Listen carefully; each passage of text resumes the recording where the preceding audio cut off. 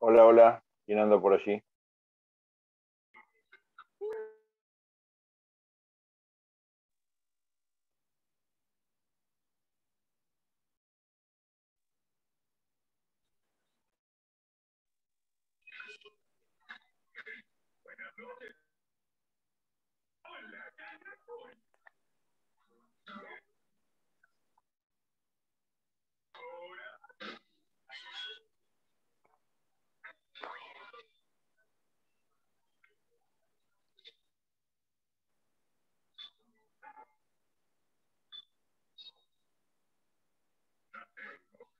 Ay, Daniel. ¿Quién me habla? Daniel, ¿le paso el hospedador? Sí, ningún problema. ¿Quién me habla ahí? Bueno, secretaría, Verónica. Verónica, bueno, muchas gracias. Adelante.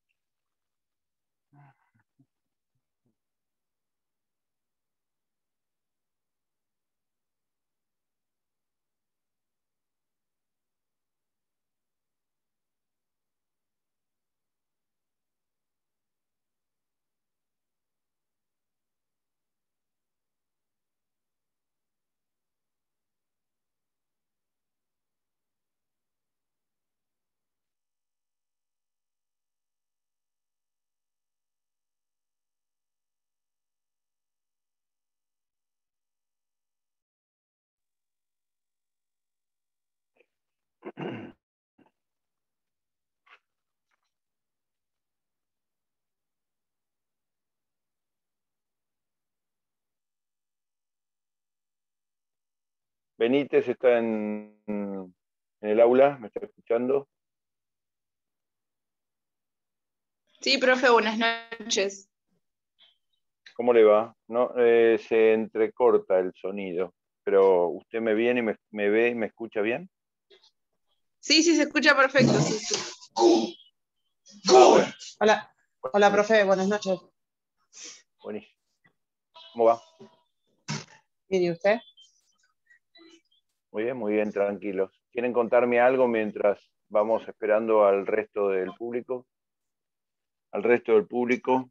Vamos a arrancar hoy con la unidad 19, es una unidad que parece aburrida, pero es grosa porque tiene 4 puntos que se toman en los exámenes, son interesantes y tras cartón falta tan poco para todo esto que te imaginas que hay que aprovechar al máximo el tiempo. Pero los escucho, pregúntenme lo que quieran. Es el 29, ¿no, profe, el examen?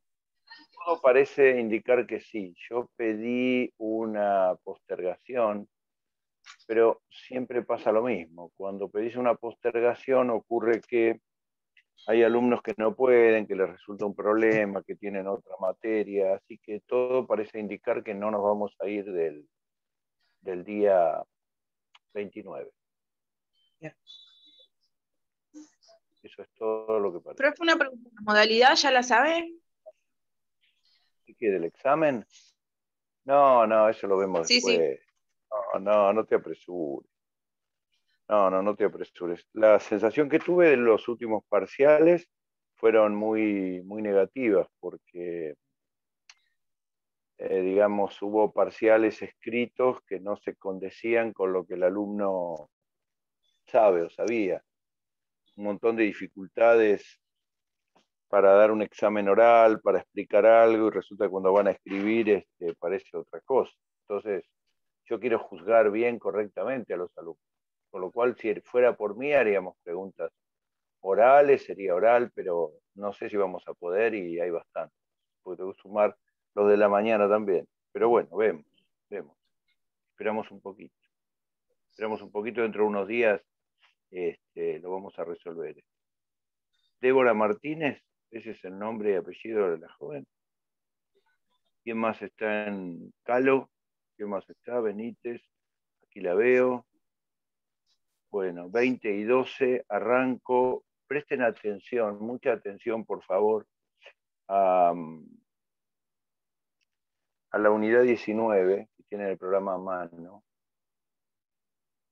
La unidad 19 tiene, y al código, porque yo les voy a dar los tips, las ubicaciones de dónde están en el código los temas que me interesan. Vamos a dividir la unidad en dos.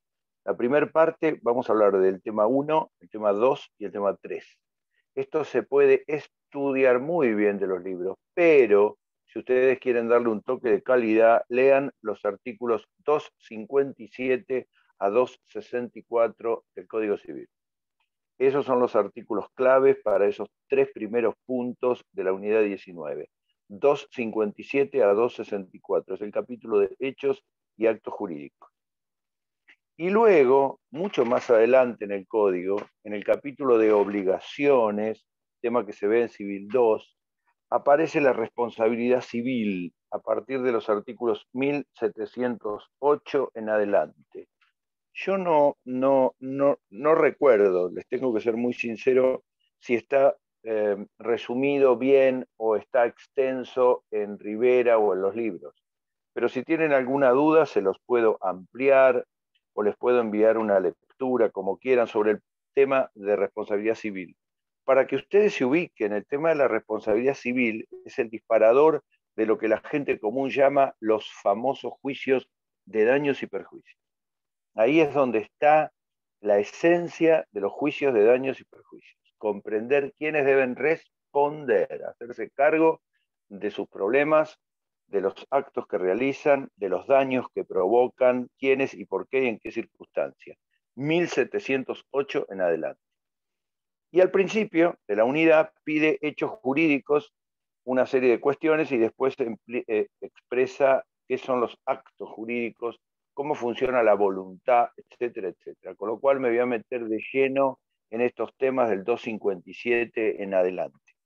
¿Y a qué nos lleva esto? Miren, recién les dije que esto parecía aburrido, pero en realidad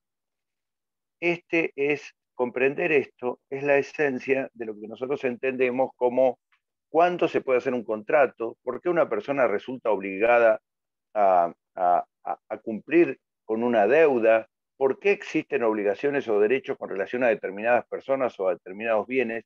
¿Dónde arranca toda esta historia? Y bueno, uno puede decir, ahí arrancan las leyes, arrancan los principios, arranca en este capítulo. Porque cuando hay hechos jurídicos, es decir, acontecimientos, sucesos que ocurren diariamente y que provocan un impacto en los derechos de las personas, hablamos de hechos jurídicos. Hecho jurídico, sin que yo les pida una definición de memoria, explíquenlo con sus propias palabras, es todo acontecimiento, todo suceso, todo lo que ocurre, no un pensamiento, no una idea, no una teoría, algo que ocurre, que sucede, desde algo tan simple, propio de la naturaleza, como puede ser la lluvia. Ustedes me dirán, ¿la lluvia es un hecho jurídico? Ah, no, la lluvia puede anegar un campo y privar a alguien de una cosecha. Hechos de la naturaleza, hechos del hombre, hechos de la combinación de la naturaleza y el hombre que provoquen alguna adquisición, modificación, alteración, etcétera, etcétera, de los derechos de una persona o de las obligaciones, las llamamos hechos jurídicos. La muerte es un hecho jurídico, porque a partir de la muerte se dispara los procesos sucesorios, la extinción del matrimonio, la extinción de los derechos personalísimos. El nacimiento es un hecho jurídico. La concepción es un hecho jurídico. El divorcio es un hecho jurídico. El matrimonio es un hecho jurídico. Pero también lo es las cuestiones patrimoniales.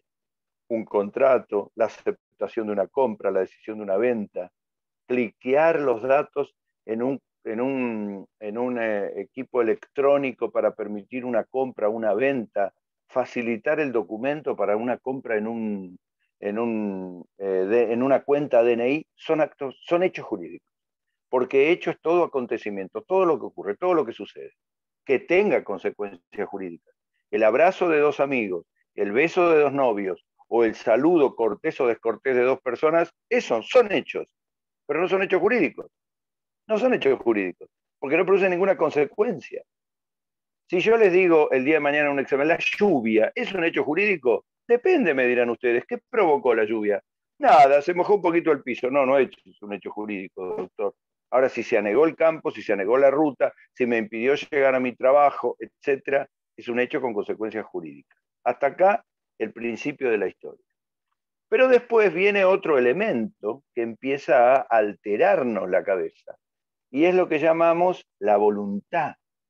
Porque en un paso siguiente a lo que ocurre y tiene trascendencia jurídica, el derecho se empieza a preguntar, bueno, está bien, vamos a dividir las cuestiones. A ver, ¿cuándo participa el hombre? ¿Y cuándo el hombre actúa voluntariamente? Bueno, esas cosas que el hombre decide voluntariamente tienen que tener un tratamiento legal muy puntual.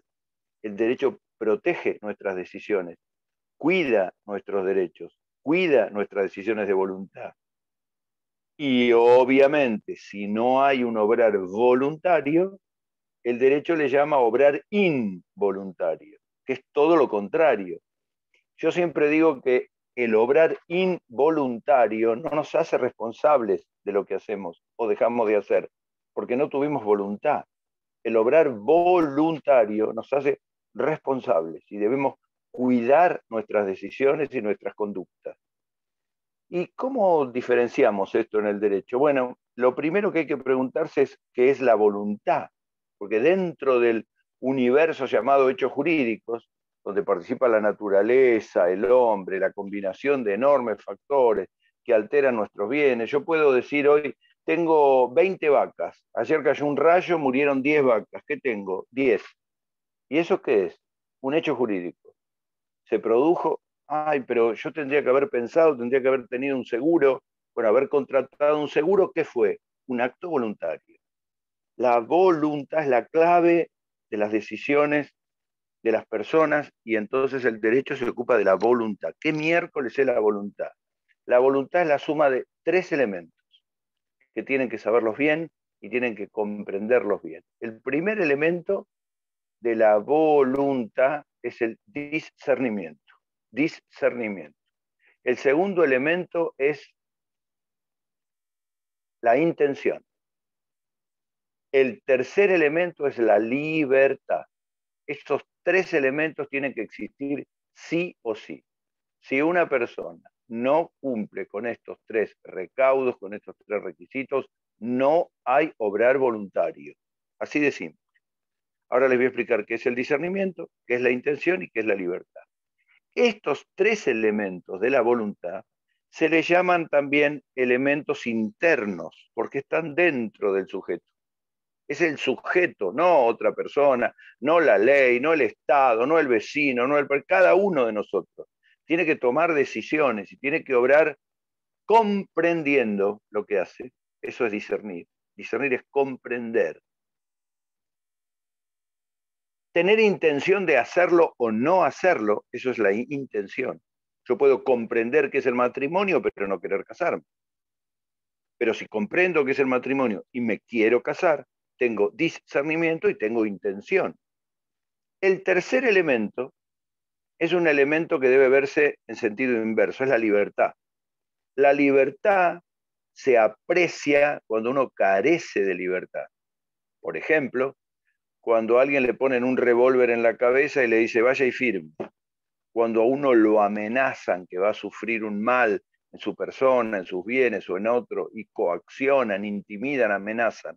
De manera tal que la libertad es el último de los elementos de la voluntad, aquel que me lleva a tomar una decisión, valga el juego de palabras, libre, una decisión sin condicionamientos, sin presiones, sin fuerza, sin amenaza de por medio. Cuando una persona actúa, realiza algo con discernimiento, intención y libertad, estamos diciendo obró voluntariamente. Y por lo tanto el que obra voluntariamente está protegido por la ley. Así de simple. Cuando una persona compra una propiedad, realiza un acto jurídico. Eso es un acto jurídico.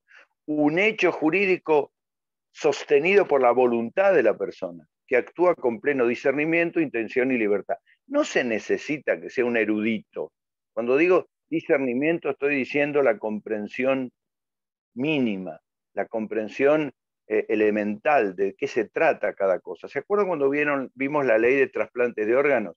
Que yo les decía, en vida, una persona, ¿qué tiene que prestar? El consentimiento. ¿Y cuándo presta el consentimiento? Cuando le explican qué es un trasplante. Ah, pero no necesita ser un erudito, necesita tener los mínimos conocimientos adecuados a de qué se trata lo que va a hacer. La decisión de realizar un trasplante es un acto jurídico. Pero si la persona no quería, no tenía voluntad, no tenía discernimiento, fue amenazada, fue presionada, el obrar no es voluntario, es involuntario. Y por lo tanto el derecho, ¿qué hace? Reacciona negándole validez a los actos involuntarios. Los actos involuntarios tienen un tratamiento legal distinto que los actos voluntarios. Esto es obvio.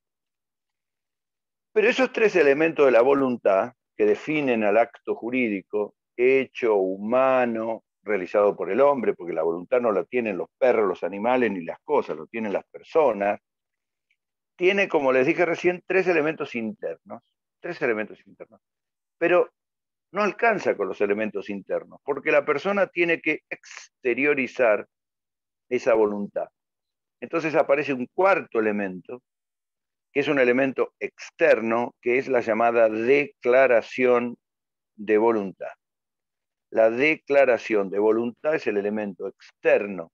Voy a poner un ejemplo tonto. Le digo a mi novia que me quiero casar, voy al registro civil, me presento, saludo, me pregunta el jefe de registro civil, ¿comprende lo que va a realizar? Sí, claro. ¿Y está de acuerdo en hacerlo? Por supuesto. ¿Y usted es libre de casarse? Sí, sí. Bueno, ¿quiere por esposa a fulano de tal? ¿Podría firmar el acta? Lo miro y le digo, lo voy a pensar. Es evidente que los elementos internos funcionaron, pero no funcionó el elemento más importante, o perdón, el elemento final que corrobora la voluntad, que es cuando yo exteriorizo lo que quiero hacer. Ese elemento externo tiene que estar de acuerdo con los tres elementos internos. Los tres elementos internos de la voluntad y el elemento externo, que es la declaración de ella, deben coincidir. ¿Quiere por esposa a fulano de tal? Sí, señor. Lo digo verbalmente y luego firmo el acta. ¿Qué he hecho? He declarado voluntariamente. Todo lo demás, tirar arroz, ir al registro civil, vestirse bien, ponerse la corbata, sacar fotos, no sirve para nada. Desde el punto de vista jurídico, lo que sirve es el elemento interno, los elementos internos, discernimiento, intención, libertad, y el elemento externo, de acuerdo a lo que la ley indica. ¿Cuál es el elemento externo? La declaración de voluntad.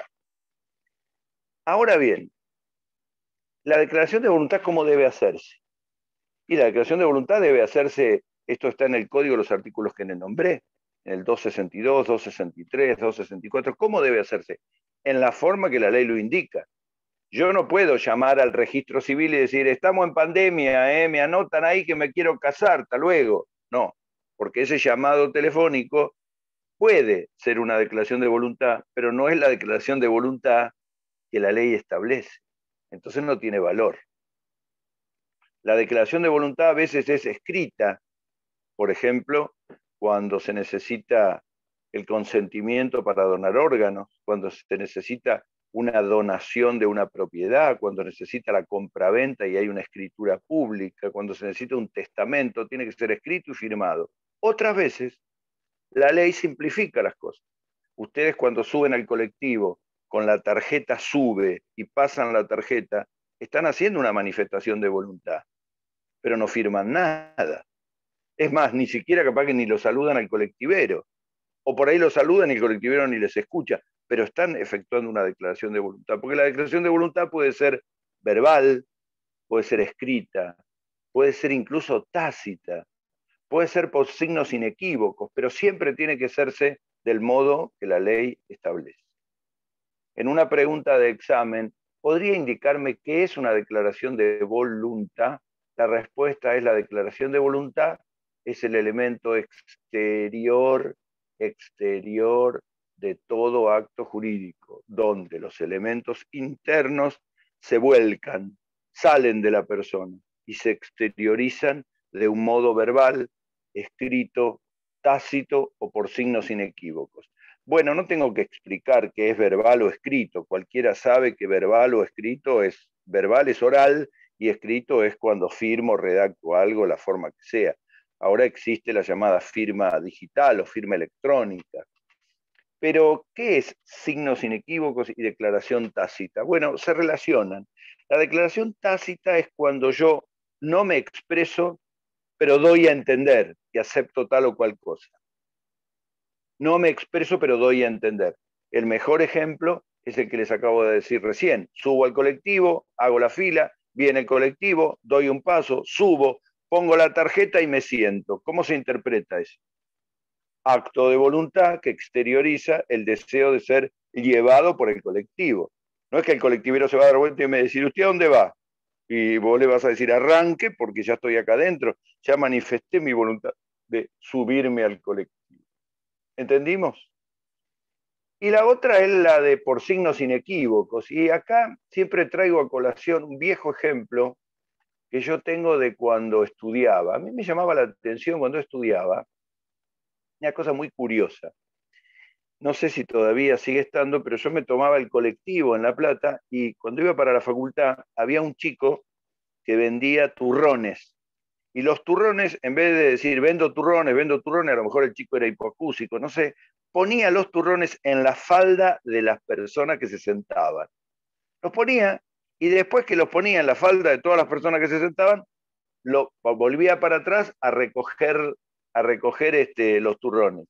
Algunas personas lo ignoraban, entonces le agarraba el turrón, se iba. Pero otras empezaban a comer el turrón. ¿Qué quiere decir comer el turrón? Es un signo inequívoco, indubitable, de que yo quiero el turrón que me ofrecieron. Entonces, ¿qué tengo que hacer? Pagarlo. ¿Eso es un acto jurídico? Sí.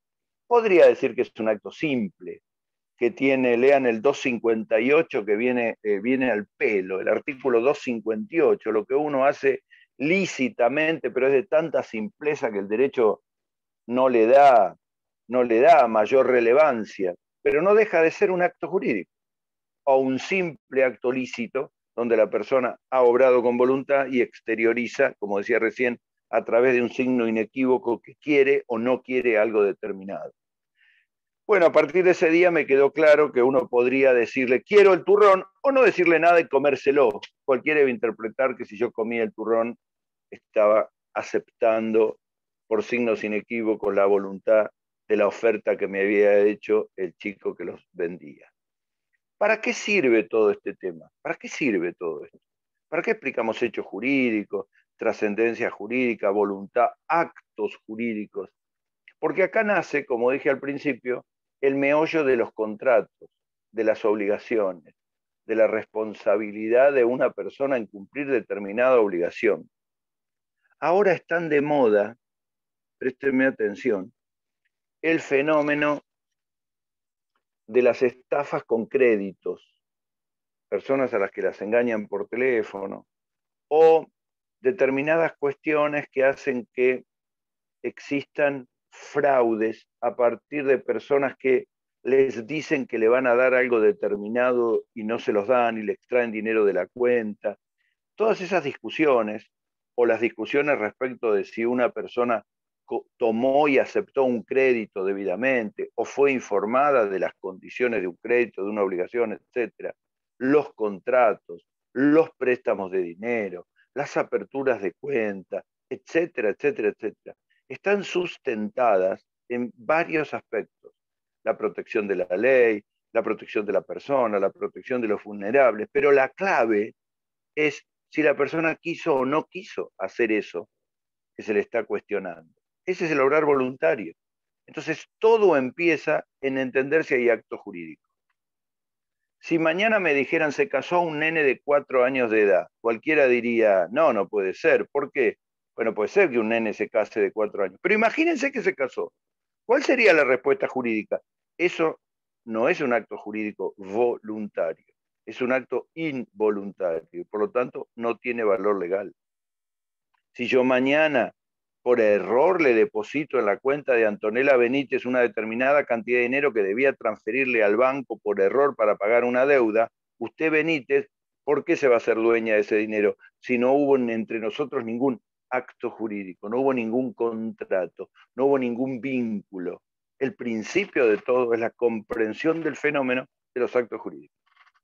Cada vez que ustedes tengan que analizar un contrato, que tengan que analizar un préstamo, una entrega de dinero, cualquier cuestión de las personas, etcétera, lo primero que se preguntarán es, ¿la persona obró voluntariamente? ¿Tenía discernimiento, tenía intención, tenía libertad? ¿Quiso lo que suscribió, lo que firmó, lo que documentó? Esta es la clave. Esta es la clave. Si el acto voluntario dentro del marco legal tiene por finalidad cualquier cuestión que tenga que ver con nuestros derechos, vender, enajenar, comprar, adquirir, modificar, extinguir, hablamos de un acto jurídico. Porque acto jurídico no es solo lo que yo hago voluntariamente, sino aquello que hago dentro de lo que la ley me permite con una finalidad jurídica. Porque, ¿qué puede pasar si yo hago algo voluntariamente, pero violando la ley? Mato a una persona, compro mercaderías robadas, también puede ser voluntario. Ah, pero ese no es un obrar jurídico, es un obrar antijurídico o ilícito que me lleva a sanciones. La persona que usurpa una propiedad deliberadamente, a la corta o a la larga puede ser sancionado a expulsar o desalojar esa propiedad, porque obró ilícitamente. La persona que se robó un bien o determinado puede ser sancionado a restituir ese bien, y así sucesivamente. Quiere decir que, independientemente de la consideración de jurídico o antijurídico, tenemos también otra cuestión muy interesante, que es aquellos actos que están dentro de la ley y los que están fuera de la ley. Los actos que están dentro de la ley les llamamos lícitos o también jurídicos. Los actos que están fuera de la ley o fuera del derecho les llamamos ilícitos o antijurídicos. Ustedes me dirán, ¿son sinónimos la palabra lícito y jurídico o ilícito y antijurídico? Bueno, no quiero hacer un juego de palabras que los maree, pero la palabra lícito o ilícito viene de aquello que está dentro o fuera de la ley, como su nombre lo indica, lícito, ley. Pero a veces el derecho, lo saben ustedes, ya lo hemos estudiado, la primera parte de la materia, el derecho no es solo la ley escrita, el derecho es más que la ley escrita. Ahora les voy a poner un ejemplo. El derecho se llena de usos, costumbres, fuentes tales como la doctrina, la jurisprudencia. Bueno, frente a esas cuestiones, cuando el obrar está dudoso con la ley, pero está en contra del derecho, decimos el obrar es jurídico o antijurídico. Ustedes en un examen pueden perfectamente decir lícito o ilícito, o jurídico o antijurídico, que yo lo voy a aceptar. No es solo lo que la ley prohíbe, es lo que el derecho prohíbe o el derecho permite. Hay muchas conductas que el derecho repugna y no las escribe en leyes determinadas. Por eso el derecho excede a la ley. Voy a poner un ejemplo. Está permitido circular en las avenidas a 60 kilómetros. Sí, pero la ley dice que ese es el máximo de velocidad de circulación. Llueve a cántaros. Hubo una manifestación a la puerta de ANSES y se están descomprimiendo y están retirándose la gente. Entonces viene un chico a 60 kilómetros por hora en una camioneta de 3.500 kilos a los palos por Independencia. Obviamente no puede frenar porque el piso está resbaloso. Embiste a una persona. Cuando es llevado ante el juez penal o ante el juez civil, el chico dice, yo venía a 60 kilómetros por hora y estos tarados que venían acá cruzando son los culpables de lo que pasó. No, señor. Pero la ley me dice que yo puedo circular hasta 60 kilómetros. Sí, eso dice la ley, pero la ley también dice que usted tiene que tener control del rodado. Usted no tenía control del rodado. Tiene que tener precaución de lo que hace. Y además la jurisprudencia y la doctrina dice que primero están las personas, después están los bestias como usted. Por lo tanto, usted violó el derecho. Su obrar es antijurídico, aunque parezca que estuvo dentro de una reglamentación respecto a la velocidad del rodado. ¿Entienden el ejemplo? Este es uno de tantos otros ejemplos que demuestran que en realidad la palabra correcta es el obrar jurídico o antijurídico. Pero aclarado esto, nosotros nos encontramos con enormes cantidades de actos jurídicos que se realizan permanentemente. Y es una misión como clara, no solo del docente, del profesor, del alumno, de los abogados, de los jueces, comprender este fenómeno de los actos jurídicos, porque al lado de las acciones, vienen derechos, y donde viene un derecho viene una obligación. Voy a poner un ejemplo absurdo, a ver si me entendieron. Pasa un chico caminando por la puerta de mi casa, me mira y me dice, señor, ¿no me puede dar 100 pesos? No, no tengo. Y el chico me dice, sí, pero yo, esto lo estoy inventando, sí, pero yo necesito comer. Sí, yo te entiendo y me da una tristeza terrible, pero no tengo 100 pesos. Sí, pero usted me tiene que dar 100 pesos. ¿Estoy obligado o no estoy obligado? Entonces uno empieza a pensar, se enrolla, se preocupa, empieza a pensar en la angustia, la situación. Pensemos como abogados o como estudiosos del derecho. ¿Hay un vínculo entre él y yo?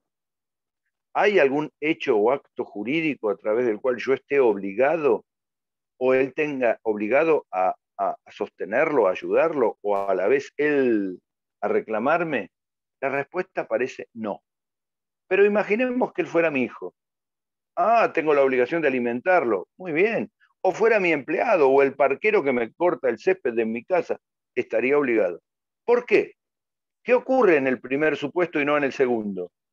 En el primer supuesto, la relación entre ambos no existe jurídicamente. Es una relación de dos personas. En cambio, en el segundo supuesto, si es mi empleado, si es el que corta el pasto y presta un servicio, o es mi hijo, hay un vínculo jurídico. Y el vínculo jurídico nace a partir de un hecho o de un acto jurídico. ¿Cuál sería el hecho jurídico de mi hijo? Que nació como mi hijo, que yo lo concebí. Muy bien. ¿Cuál es el acto jurídico con mi empleado o con el que presta el servicio de cortar el pasto? Que firmamos un contrato o llegamos a un acuerdo de voluntades. Entonces todo empieza en esto que les decía al principio. Los hechos y los actos jurídicos no son cosas que uno dice para teorizar sobre qué es el derecho, sino que son la madre de las fuentes de los derechos y de las obligaciones. La madre, la esencia, el punto de arranque de los derechos y de las obligaciones, este famoso artículo 257 del Código, cuando empieza a hablar de los hechos jurídicos. De los hechos jurídicos y de los actos jurídicos, de lo que las personas realizan con voluntad, con discernimiento, intención y libertad. Todo lo que se haga con discernimiento, intención y libertad entra en el campo de la voluntad, pero cuidado, porque esto lo van a ver en las próximas clases.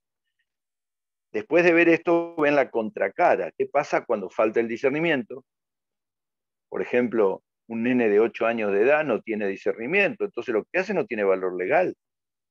No puede donar órganos, no puede vender un bien, no puede casarse. ¿Por qué? ¿Porque es menor? No, porque la ley lo protege y no actúa con voluntad, no alcanza a comprender lo que hace.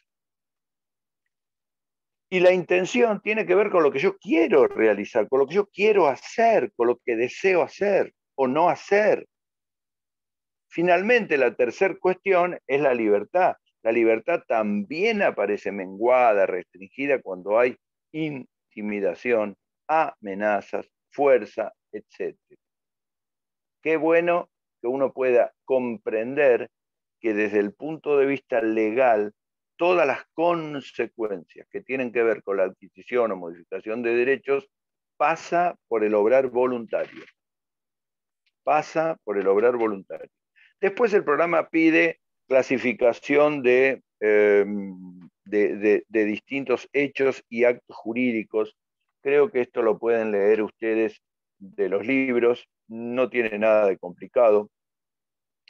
Hay actos onerosos, hay actos gratuitos, hay actos simples, hay actos que tienen la finalidad de crear derechos, otros de extinguirlo. Si yo voy a pedir un crédito Procrear y me lo otorgan, lo que estoy es un acto jurídico generador de un derecho, que me otorguen el crédito. El día que lo cancelo es un acto jurídico extintivo.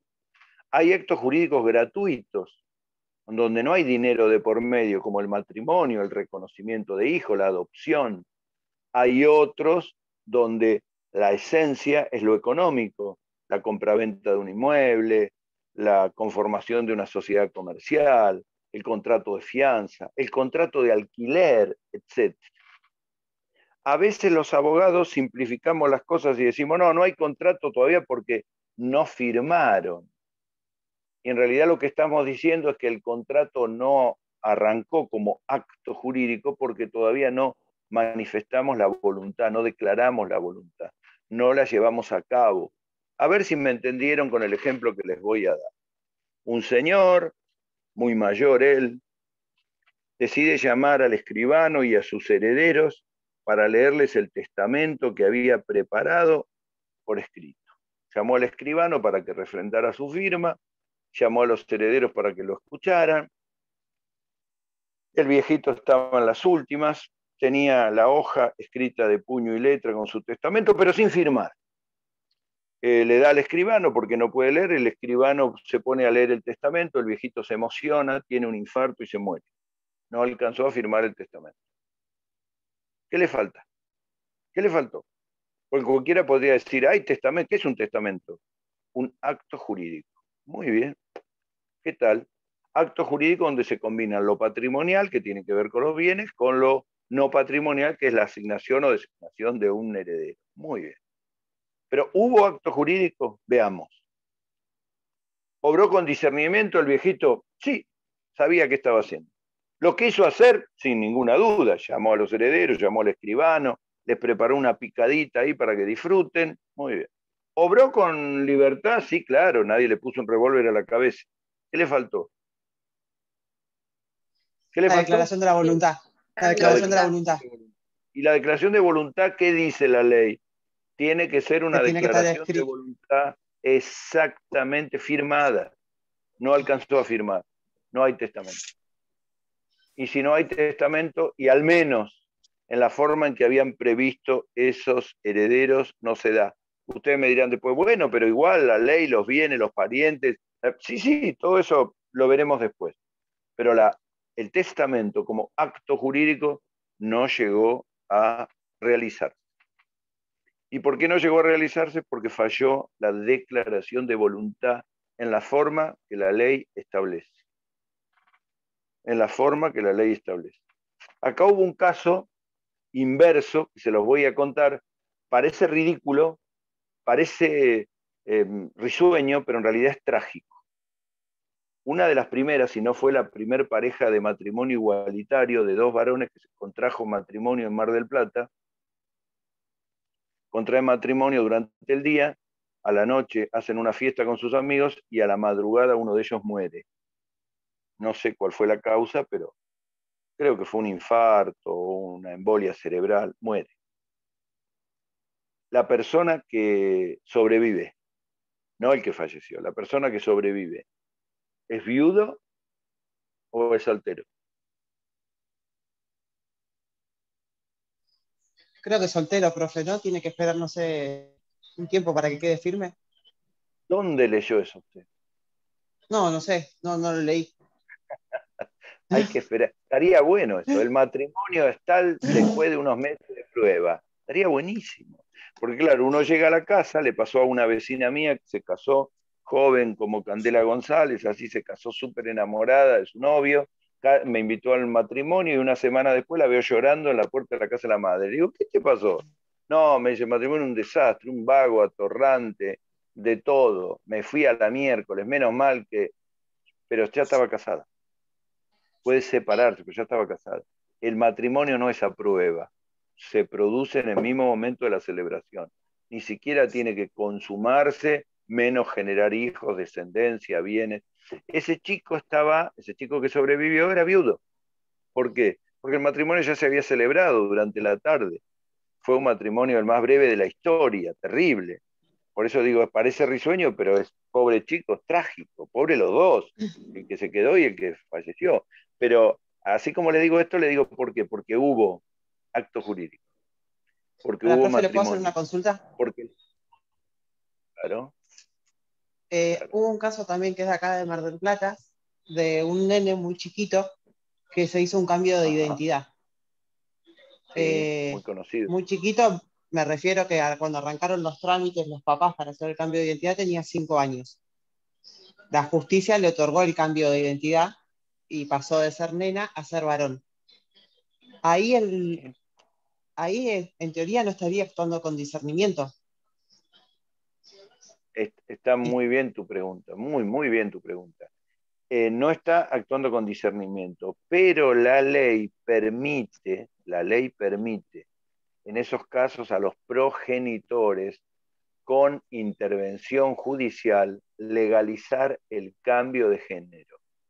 Las circunstancias son extremas porque se trata de un menor de edad, pero los elementos que tuvo en cuenta la justicia fueron el pedido de los progenitores o de la progenitora de la mamá, creo, la circunstancia, creo que se llamaba Tito, el nene, Tito. lo tengo en la cabeza, pero se llamaba Tito, Ainhoa y se pasó a llamar Tito, sí. Exacto. Tito. Bueno, Ainhoa, a mi modo de ver, es como, es un nombre muy lindo, pero no sé si es solamente de nena, porque me han contado que hay una Ainhoa, un jugador de tenis que se llama Ainhoa. Sí, bueno, pero no importa, eso es una anécdota que no viene al caso. Ahí en esos casos la voluntad es suplida en la decisión de los progenitores y de la justicia. Pero está muy bien como lo planteaste, porque en principio, al carecer la persona de discernimiento, pareciera ser una invasión en los futuros derechos. Pero acá se lo hizo desde otro punto de vista, se lo hizo desde el punto de vista de reconocer desde la infancia el género que le correspondía para evitar que el crecimiento y el desarrollo en el género equivocado le generaran mayores perjuicios.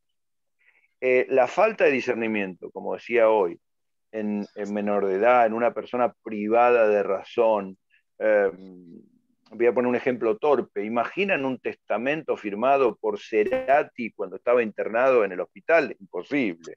Si estaba, o Sergio Denis, estaba impedido de razón. Bueno, lo mismo ocurre en las personas privadas de razón, la persona que ha sido declarada incapaz por sentencia judicial, mientras no hubiera una autorización expresa, los menores de edad, sobre todo los menores de 10 años, para determinados actos, ya habíamos hablado antes de imputabilidad, entran dentro de la carencia de discernimiento. ¿Quiénes carecen de intención? Los que fueron engañados. Van a estudiar ustedes en las próximas clases el dolo y el error. El dolo y el error, que son dos temas muy interesantes, pero muy grosos.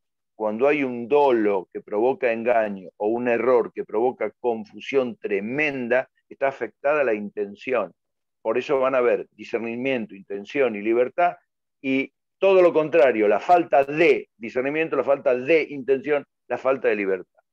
Y la libertad se escuda, la libertad se escuda en que la persona tiene siempre a último momento la posibilidad de arrepentirse o cambiar de idea o no realizar algo determinado. Bueno, en esos casos decimos que obra con libertad, valga el juego de palabras, la persona que no tiene ninguna restricción, y obra sin libertad el que es víctima de una amenaza, de un cercenamiento por cuestiones de fuerza o de intimidación en la decisión que tome, tanto sea para hacer como para no hacer algo determinado. A veces me preguntan, ¿un acto jurídico es lo que yo hago? Y si yo no hago algo, ¿no es un acto jurídico también? Sí, señor. Si yo dejo de hacer algo determinado, también es un acto jurídico. Ejemplo, tengo que pagarle el sueldo a mi empleada en el estudio jurídico el día 5 de este mes. Y decidí, porque estoy enojado con ella, no pagárselo. ¿Qué estoy haciendo? Un acto jurídico, sí, pero doctor, es una decisión libre, voluntaria la suya de no pagarle, pero le va a traer consecuencias muy negativas. Su empleada puede negarse a trabajar, puede cobrarle intereses, puede hacer... Correcto, tiene razón. Entonces, a veces el no hacer también genera consecuencias jurídicas. Consecuencias jurídicas que pueden ser positivas o negativas. En estos casos, en el ejemplo que puse, negativo. La manifestación de voluntad no puede hacerse, vuelvo a decir, como a uno se le antoja. La manifestación de voluntad tiene que ser bien clara.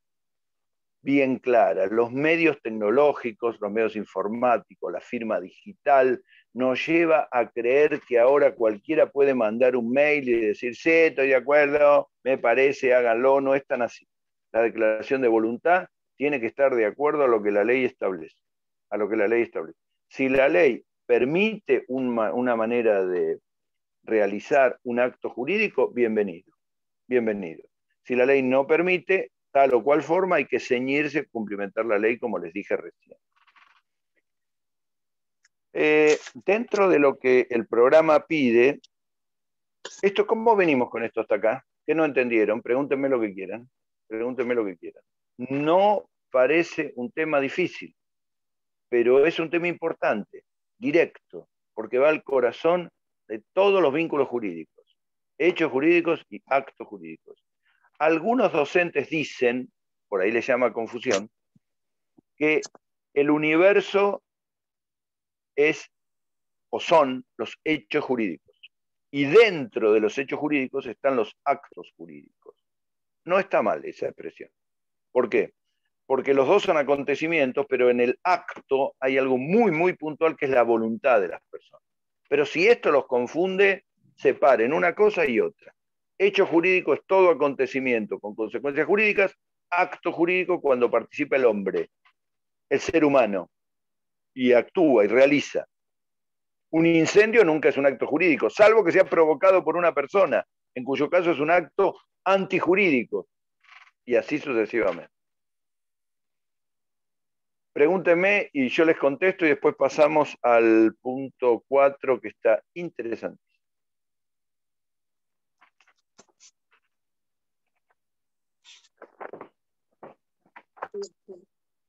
Pero de verdad, pregúntenme, no me engañen. Mientras estoy repasando un libro que me trajeron a ver si contiene algo de responsabilidad civil, presumo que sí.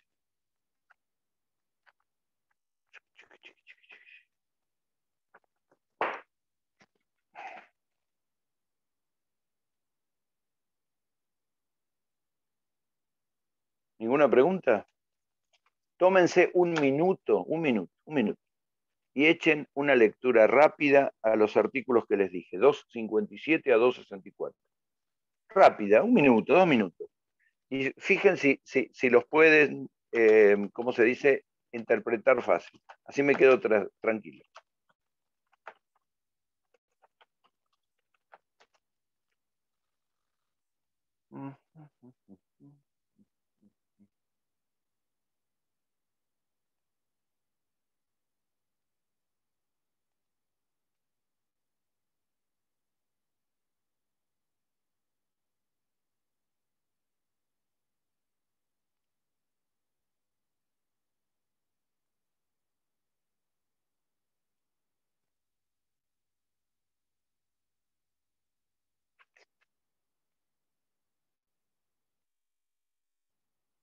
Yo digo que lo lean rápido, pero no estoy haciendo una carrera, es una manera de querer ganar tiempo. Hay algo que no dije, que cualquiera me podría preguntar. ¿Qué pasa con el silencio, doctor? El silencio no es una manifestación de voluntad. El silencio no presume nada. ¿Oyeron la famosa frase bien callejera, bien argentina, el que calla otorga? El que calla otorga. Bueno, en derecho, el que calla otorga es exactamente al revés. El que calla no está otorgando una miércoles. El que calla no otorga una miércoles. Voy a poner un ejemplo bien tonto. Paro a una mujer en la calle y le digo, discúlpame, ¿te querés casar conmigo? La mujer sorprendida me mira como diciendo, este está tarado. Y guarda silencio un minuto. Entonces yo le digo, el que calla otorga, estamos casados. Por supuesto que no es. Paro a otro señor y le digo, ¿me da un crédito? ¿Me presta plata? El hombre sorprendido guarda silencio. Ah, entonces como no me dijo nada, el que calla otorga. En derecho es exactamente a la inversa. El que calla en derecho no otorga nada. Pero esto se explica jurídicamente así. El silencio de una persona no es una manifestación de voluntad.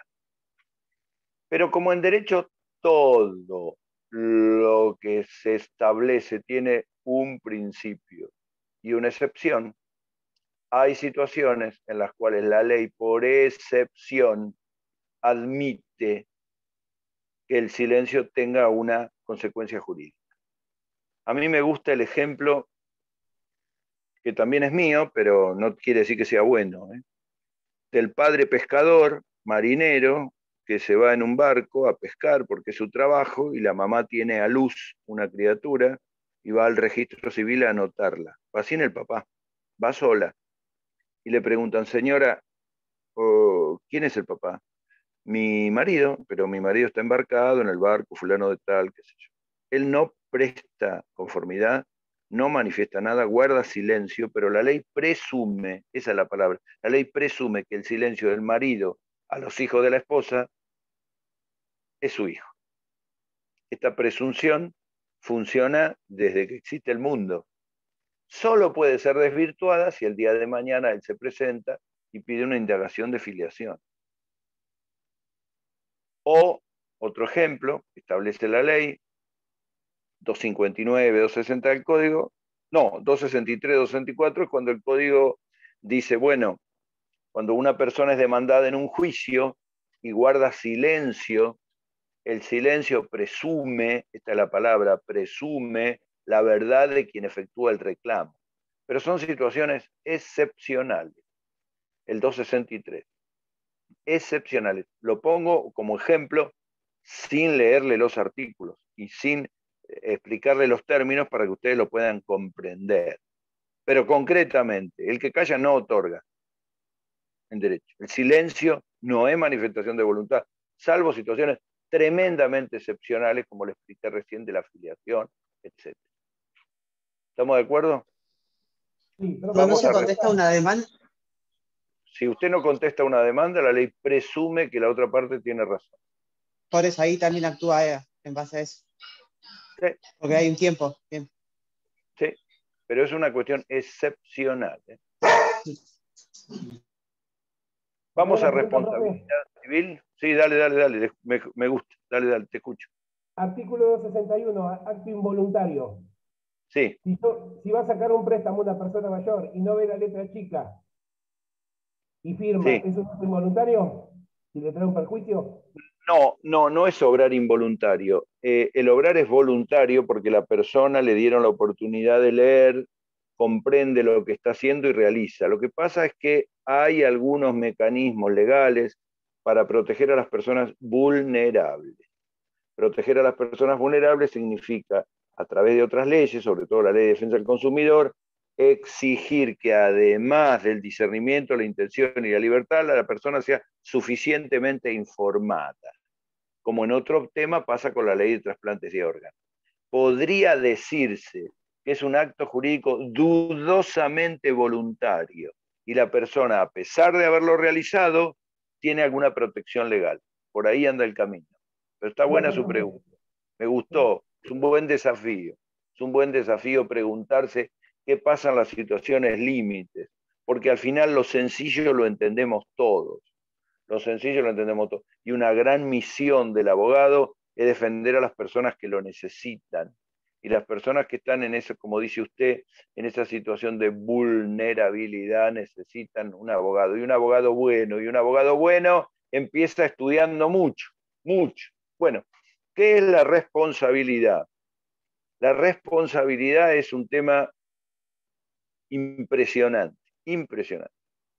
Todos los juicios de daños y perjuicios que ocurren a diario, desde accidentes de tránsito, desde cuestiones que tienen que ver con afectaciones a la intimidad, a la imagen, a lo que se les ocurra, de toda índole, pasan por este tema de la responsabilidad civil que se desarrolla a partir del 1708 del Código y que luego lo van a ver muy detalladamente en obligaciones. Yo tengo que darles un pantallazo. Primero, responsabilidad viene del latín respondere, que quiere decir hacete cargo de lo que hiciste. Yo respondo cuando según la ley, me debo hacer cargo de lo que hice. Y hacerse cargo de lo que hice es asumir las consecuencias jurídicas de mi obrar. Toda persona que tiene libertad para actuar debe asumir la responsabilidad de los actos que realiza. hay 4 funciones que cumple la responsabilidad civil. 4. Algunos autores dicen 2, otros dicen 3. A mí me gusta decir 4. La primera es precaución, la segunda es prevención, la tercera es reparación y la cuarta es sanción. Son los 4 caminos que uno debe pasar. Precaución, ojo donde vas, ojo donde te metes, ojo, no dejes de usar el cinturón de seguridad. Ayer se accidentó tremendo ahí en el paseo donde está la iglesia, no sé cómo se llama ahí, ese caminito que hay a mitad de cuadra al lado de la iglesia catedral. Se cayó un chico que estaba... Catedral. Paseo Catedral, gracias. Un chico que estaba pintando sin arnés, sin casco. ¿Qué falló ahí? La precaución. No tomó la persona la precaución adecuada. El segundo paso es la prevención. Ya no es la precaución que vos tomás, es la prevención que yo tengo que tomar, o cualquier persona o el Estado, quien controle, para que esto se realice correctamente. La precaución es no entres a McDonald's corriendo, que te vas a caer. La prevención es, hay un conito en McDonald's que me dice, cuidado, piso mojado. Cuidado, no pases por acá. Cuidado que están limpiando el baño. La prevención y la precaución, que van de la mano, precaución y prevención que van de la mano, forman parte del paso previo a que se produzca el evento dañoso, el problema, el accidente, la rotura, el golpe, etc. El tercero es, bueno, ya está, ya ocurrió, ya pasó lo que pasó, y han pasado desgracias terribles. Hoy a la mañana les contaba a los chicos el caso del nene en el zoológico de La Plata hace unos años que saltó la valla, mientras los papás paveaban, saltó la valla y le quiso dar de comer al tigre y le rompió medio brazo. Y bueno, después viene la discusión legal, si fue culpa de los padres, si fue culpa de la criatura. La criatura no tiene ninguna culpa, la culpa no, jamás puede ser de la criatura, porque es una criatura, la culpa es de nosotros que no lo cuidamos. Y enseguida le echan la culpa al Estado. El tigre tendría que estar embalsamado, pero si ese está embalsamado no, pues no es un zoológico, es una casa de arte. Bueno, no importa. La justicia condenó al Estado y al Zoológico de La Plata y a la municipalidad porque, según la justicia, debieron haber tomado más medidas de prevención en el acceso de las personas, por ejemplo, un vallado, por ejemplo, una puerta de vidrio, etc. Pero bueno, ¿qué es la reparación? Es la indemnización de daños y perjuicios, generalmente en dinero, a veces en especie. Por ejemplo, una indemnización en especie es proveerle a una persona una prótesis, una silla de ruedas, o proveerle aquellos elementos que se le deterioraron, si es un incendio de una casa nueva, si es la rotura de un baño o de un techo, que se repare, etc. Las reparaciones de daños y perjuicios son mecanismos utilizados en todo el mundo porque no existe la ley del talión, no existe el ojo por ojo, el diente por diente, entonces obviamente tenemos que buscar mecanismos que permitan proteger a las personas y por lo tanto aparece la reparación en dinero. Sí, decime. Profe, quería hacer una pregunta. Dale. Por ejemplo, en el caso de la salud pública, en el caso Sí. de no prestarle cierta atención, o no me sale la palabra, ciertos servicios médicos a ciertas personas, ¿puede una persona reclamar reparación? Por ejemplo, no sé, voy a poner un ejemplo Sí. muy común. Por ejemplo, que una persona pierda 5 o 6 piezas dentales porque no lo atienden en un hospital público, la parte de Claro. odontología. Sí, puede ser, pero no es solo un hospital público. Eso entra dentro de lo que usualmente se llama mala praxis, omisión de atención, omisión de cuidado. Una persona que está presa y detenida y necesita una medicación y el servicio penitenciario se olvida de darle la medicación y la persona muere, es un mecanismo de reparación. En Estados Unidos hay carteles en las rutas y en las avenidas que dice injured, te caíste, tuviste un accidente, tuviste una injuria, tuviste un problema, ve al estudio fulano o mengano, y aparecen todos los mecanismos que se te puedan ocurrir de daños y perjuicios. Por eso Estados Unidos es el país de los seguros, porque las personas tienen seguro para todo, para absolutamente para todo. Los médicos, los cirujanos, los médicos, los farmacéuticos, las compañías de aviación, de transportes, todas funcionan con seguro. Y en la Argentina está pasando lo mismo. Nadie ejerce una actividad riesgosa sin seguro, y si lo hace es porque no ha tomado la precaución que corresponde, porque vos no te olvides que si te pasa algo a vos, no solamente podés perder tus bienes, tu patrimonio, tu vida, tu salud, sino que eso puede influir en las personas que dependen de vos, en tus hijos, en tu familia, etc. Perfectamente puede ser. Para que se den los elementos de la responsabilidad civil, tienen que darse algunos requisitos. ¿Cuáles son esos requisitos? Bueno, son palabras un poco difíciles, pero yo se las voy a nombrar, por lo menos para que ustedes el día de mañana las tengan y las ingresen en sus conocimientos. El primer concepto es que el obrar tiene de la persona que provoca el daño. El primer elemento es el daño. Si no hay un daño, no hay nada. Si una persona dice, uy, casi se me cae el techo, ¿pero qué te pasó? Nada. ¿Y qué te ocurrió? Me pegué un susto. Ah, no, bueno. Tiene que ocurrir algo para que haya un resarcimiento de daños y perjuicios. Eso se llama daño. Daño es toda afección, toda lesión a la persona o a los bienes. Toda situación dañosa puede ser daño material, daño moral, daño psíquico, daño al proyecto de vida, daño de tipo patrimonial o extrapatrimonial. Yo tengo un caso de un chico que tuvo un accidente en moto, estuvo un mes en terapia intensiva entre la vida y la muerte, con cánula de oxígeno, con traqueotomía, se salvó, no le quedó nada. ¿Sufrió un daño? Por supuesto. Pero sí está bien, doctor, ahora. Sí, pero estuvo un mes en terapia intensiva entre la vida y la muerte. Tuvo un daño a su salud se deterioró con todo lo que ello significa. El daño puede darse, ya le digo, en materia de salud, ni hablar si una persona pierde la vida, si pierde un miembro, etc. Los empleados trabajan bajo una protección legal, las famosas leyes de ART, aseguradora de riesgos del trabajo, que intentan minimizar los daños que un empleado tenga de toda índole. Bueno, ese es el daño. El segundo elemento es que la persona que lo provoca tiene que obrar contrario a la ley. Si un cirujano mañana, queriendo salvar la vida de una persona, hace todo lo humanamente posible, la persona se muere, no hay obrar antijurídico.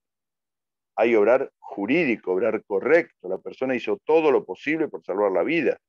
Ahora, si el cirujano se olvidó la pinza dentro de la persona, se distrajo, se fue a mirar un partido de fútbol o a tomar un café con los amigos, cuando volvió la persona se murió, naturalmente cualquiera diría que ese obrar es antijurídico. El tercer elemento se llama factor de atribución. Tiene que haber un factor de atribución, un vínculo entre la persona que es demandada y el daño que ha producido. Y esto no es una pavada, esto es importante porque esto es lo que vincula a la persona en forma objetiva o subjetiva. Por ejemplo, si yo voy manejando el auto y provoco un daño a la persona, y esto se provocó porque no frené o porque crucé en rojo, porque iba rápido, ¿quiénes pueden tener un factor de atribución de la responsabilidad civil? Y el que manejaba, el dueño del auto porque me lo prestó y nadie más. No es culpa del presidente de la nación, del intendente o del que fabricó el auto. ¿Qué tienen que ver ellos?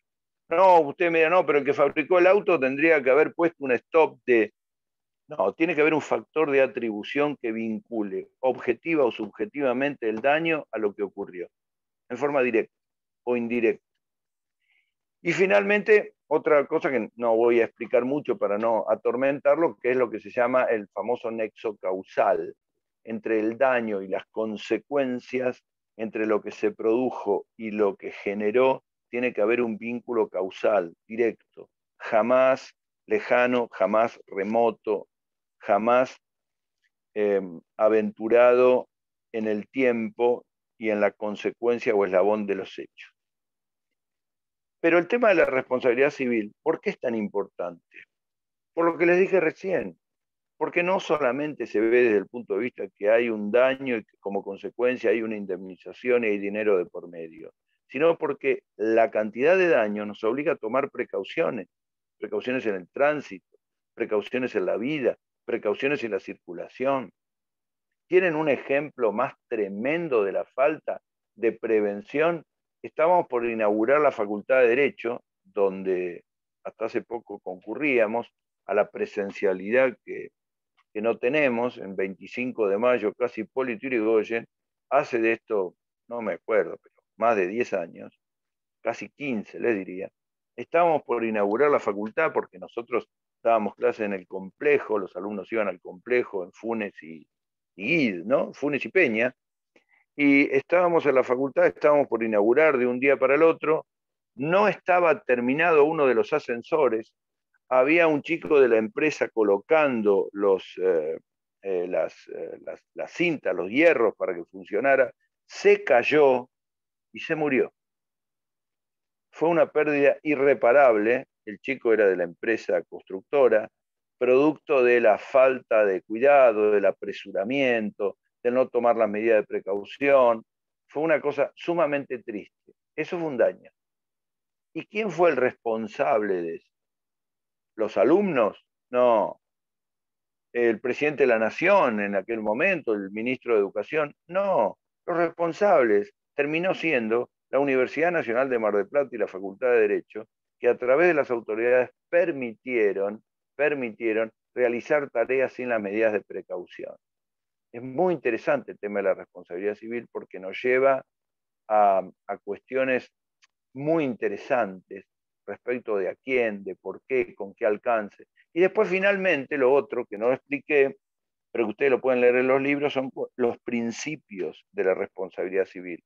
Y de los principios a mí me gusta enumerar dos. Uno es el famoso principio de la reparación plena. Cada vez que hay un daño, se intenta proteger íntegramente a la persona que ha sufrido el daño, de manera tal de que la persona reciba ni más ni menos de lo que le corresponde. Hay una amplia protección a la víctima. Amplia protección a la víctima. No es que los daños de la víctima se miden escasamente en monedas. No, no. No se miden escasamente en monedas. Se miden como lo que corresponde. ¿Cuánto vale la vida? ¿Cuánto vale un miembro superior o inferior de una persona? ¿Cuánto vale el vivir tranquilo? ¿Cuánto vale el haber perdido un bien? Bueno, a lo mejor con las cosas materiales es más simple. Si a mí me roban un auto, cualquiera diría, bueno, el valor de su auto, doctor. Puede haber un daño moral, un valor afectivo agregado, pero cuando se trata de la persona humana, los daños se han potenciado, porque nuestro sistema jurídico reconoce un valor muy apreciado en las personas. El Profe, principio de la reparación plena me gusta, sí, decime. en el caso de muerte de una persona, Sí. ¿cómo se calcula económicamente cómo se puede reparar eso? Ya, más allá de que la muerte de una persona no se puede reparar de ninguna forma, pero económicamente, ¿cómo se calcula el valor monetario? Está muy buena tu pregunta, está muy buena. Esto es motivo de debates, motivo de congresos. Nuestro sistema jurídico dice que el juez debe ponderar todas las circunstancias en que se encuentra la persona para fijar el monto indemnizatorio.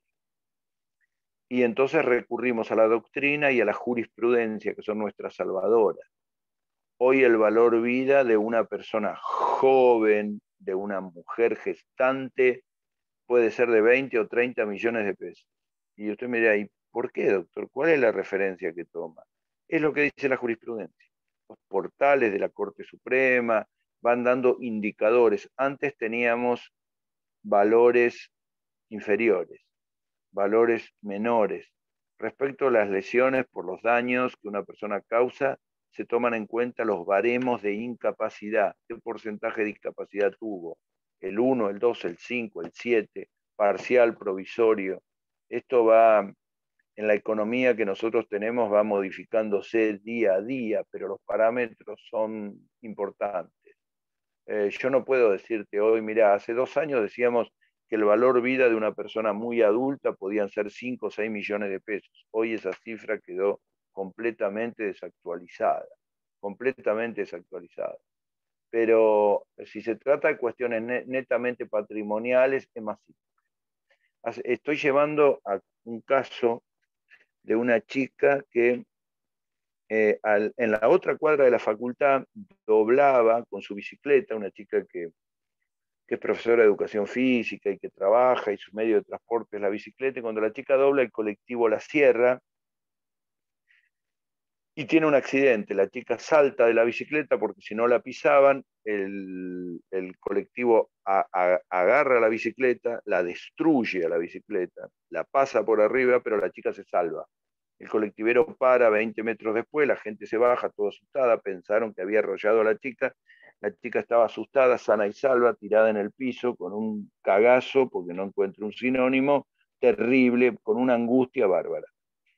Bueno, nos vino a ver a nosotros cómo hacíamos el reclamo legal contra la empresa de colectivos y colectivero, y uno de los temas era, bueno, cuánto cuantificábamos lo que había pasado.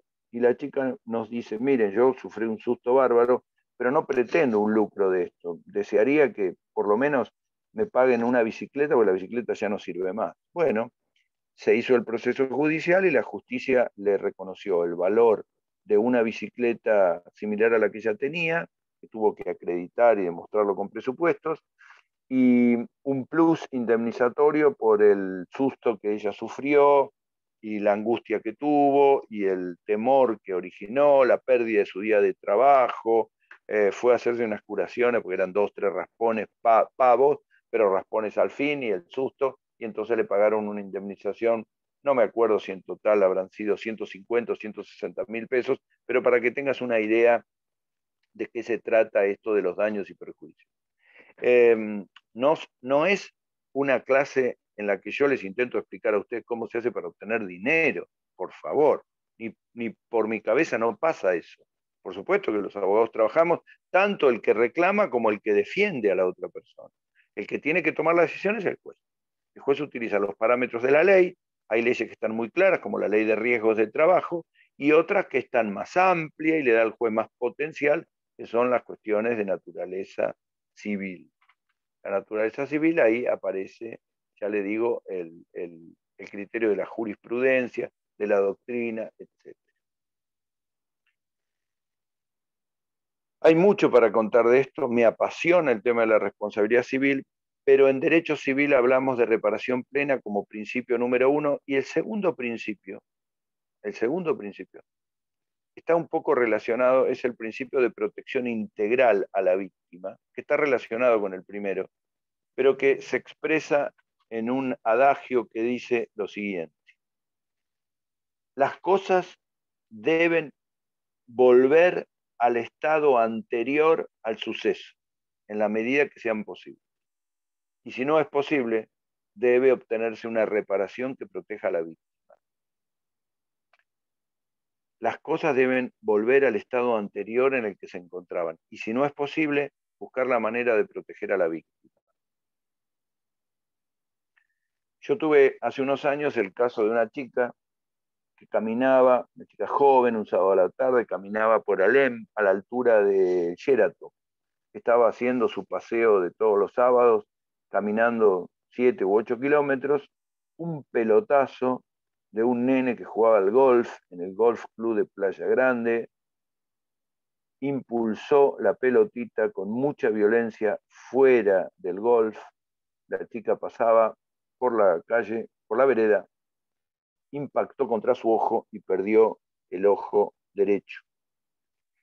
El tema fue muy triste porque la chica fue inmediatamente hospitalizada, hubo 2 personas que la ayudaron y que la vieron, un charco de sangre, fue llevada, la operaron 2 cirujanos oftalmológicos muy buenos de Mar del Plata, no pudieron salvar el ojo de la chica. ¿Cómo hago para que las cosas vuelvan al estado anterior? Empezamos a investigar con unos médicos de Buenos Aires muy buenos y encontramos que en Australia se están desarrollando prótesis oculares que permitirían, quizá con el tiempo y luego de algunas pruebas, que la persona pueda insertarse un ojo. Esto es una maravilla de la ciencia. de la tecnología. Es una cosa impresionante, no me lo imagino. Pero por ahora, eso no está.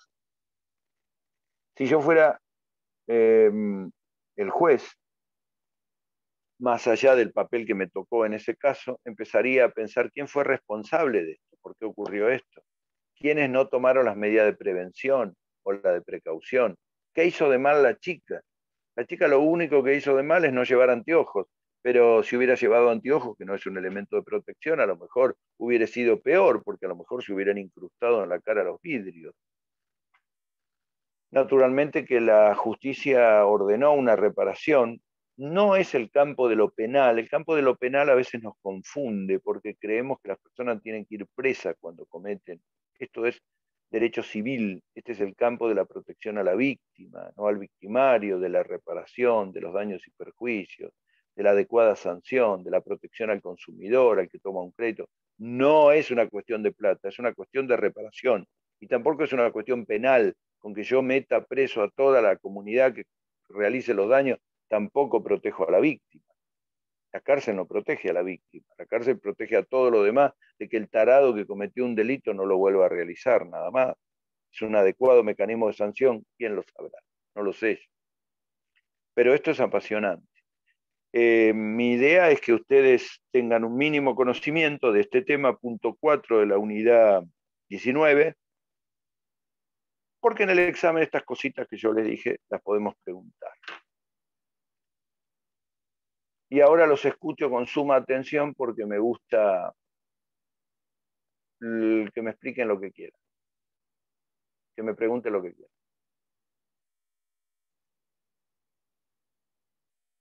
Profe, yo le puedo hacer una preguntita con respecto a un caso de una gente conocida. Un perro que mordió a un nene. ¿Sí? Un perro que mordió al nene, se escapó del patio de una casa, mordió al nene, lo lastimó muchísimo, y cuando la mamá fue a reclamarle al dueño, a golpear las manos, le dijo que él no tenía nada que ver, que no había sido su perro, y bueno, igualmente, o sea, hubo gente que socorrieron al nene y todo eso, no pasó más nada. ¿Lo llevó a juicio? Claro. No, no lo llevó a juicio, no. Bueno, yo le diría que inicie el proceso de mediación primero y de juicio después, porque si puede acreditar que el perro era de la persona o que estaba bajo cuidado o guarda de la persona, responde. Mi hermano, señora Olivera, mi hermano tuvo una situación muy parecida. Un viejito que vive a la vuelta de la casa de mi hermano, Tucumán y Pringles, va caminando y apoya, esto sucedió hace unos años, apoya la mano en la reja de la casa de mi hermano porque estaba cansado, el viejito iba con el bastón, y el perro de mi hermano le mordió y le sacó 2 dedos. Oh. Usted me dirá, ¿la culpa del señor que puso la mano ahí? No. Acuérdense de lo que le dije al principio. Precaución, prevención. Pero me dice mi hermano, pero yo puse un cartel que dice cuidado con el perro. Pero eso, cuidado con el perro es un elemento de advertencia mínimo. El perro tiene que estar adentro, no afuera. El perro tiene que estar en un lugar que pueda... Pero nunca hizo lo que hizo. Bueno, no importa si lo hizo o no lo hizo. Ocurrió y él asumió la responsabilidad. Tuvieron que llevar a la persona al hospital, coserle los dedos. De uno se recuperó, de otro no. De llamar al seguro, en fin, toda una serie de cuestiones. En el caso que usted me está diciendo, un buen abogado y buenos testigos y buenos elementos de prueba y la persona puede ser responsable de los daños y perjuicios causados, por supuesto. Por supuesto. Claro. Sí. No, igual ya pasó mucho tiempo, pero bueno, la mamá, como el nene, después lo llevaron, lo cosieron, inclusive, bueno, todo. Pero... 3 años hay para iniciar una demanda de responsabilidad civil por daños y perjuicios en principio. Así que, bueno, es para tenerlo en cuenta. Bueno, los escucho y si no empezamos a despedirnos con mucho afecto. Seguimos con las clases el resto de la semana. Si el examen queda para el 29, voy a dar una clase adicional, no sé cuándo ni qué día, pero bueno, ahí estaré. ¿Quieren estar en contacto por correo electrónico, como ustedes quieran? Adelante. Bien. ¿Nada más para preguntar? Profe, una consulta nada más también sobre todas un las caso. Que quieran. Todas las que... Una compañera de trabajo le pasó una estafa como la que usted nombró hoy temprano. que una persona que le iba a comprar su automóvil la llama por teléfono para depositarle plata y le pide un código que le da el cajero. Ella, sin saberlo, fue a buscar el código, se lo pasó y le sacaron toda la plata de la cuenta, le sacaron préstamos, todo. Sí. El banco hasta ahora no sé de Un lo buen único que se hizo acá. Un buen Sí. abogado, un buen juicio. Y ahí, las estafas informáticas están teniendo andamiaje en la justicia. Ayer el fiscal Pizzo, uno de los fiscales de delitos económicos, contó cómo le engañaron para obtener un piercing y poder retirarle dinero de la cuenta. O sea que si al fiscal lo engañan, se imagina todo lo que estamos debajo de él, cómo nos va a ir. Y ahí, ahí se va contra el banco también. Sí, no te puedo asegurar si el banco no va a argumentar que la persona facilitó un código, porque naturalmente si vos dejas la puerta abierta y los ladrones entran y te roban y se van, la culpa no es de la policía. Ahí falló el mecanismo de precaución que vos tenés que tomar, el punto 1. Pero bueno, habría que analizar el caso. Yo recomiendo que vean a un buen abogado. Estos temas de fraudes electrónicos o de ingeniería social son muy fuertes, muy cotidianos. El argentino tiene una gran capacidad para esto, es extraordinario, y los sistemas bancarios han demostrado que son muy vulnerables. Y las personas también, muy vulnerables. Pero sí, los juicios involucran a los bancos. Si es que el banco no tomó las medidas de precaución. Eliana, yo creo que el 29 de junio, que es la fecha que fijó la facultad, no la van a modificar, pero yo pedí una prórroga para los primeros días de julio y no sé si la van a dar. Ustedes prepárense para el 29 de junio. Si tenemos una prórroga una semana, bienvenido, más tiempo para estudiar. Si no, adelante. ¿Estamos? Bien. ¿Hasta qué unidades, profe? ¿Cómo, querido? ¿Hasta qué unidad vamos a ver? Hasta terminar el programa. Porque no nos mandaron el programa de la segunda. ¿Cómo? No tenemos el programa de la segunda, del segundo parcial. No tienen el cronograma, pero el cronograma sí, cronograma. Se los mando mañana lo subo. Sí. Hasta la unidad 30 creo que es. Hasta la última unidad del programa. Sí. Hasta la última. Muchas gracias, profe. Chicos, que les vaya muy bien, que tengan una buena noche. Un cariño grande para todos. Igualmente, profe. Chau. Chau.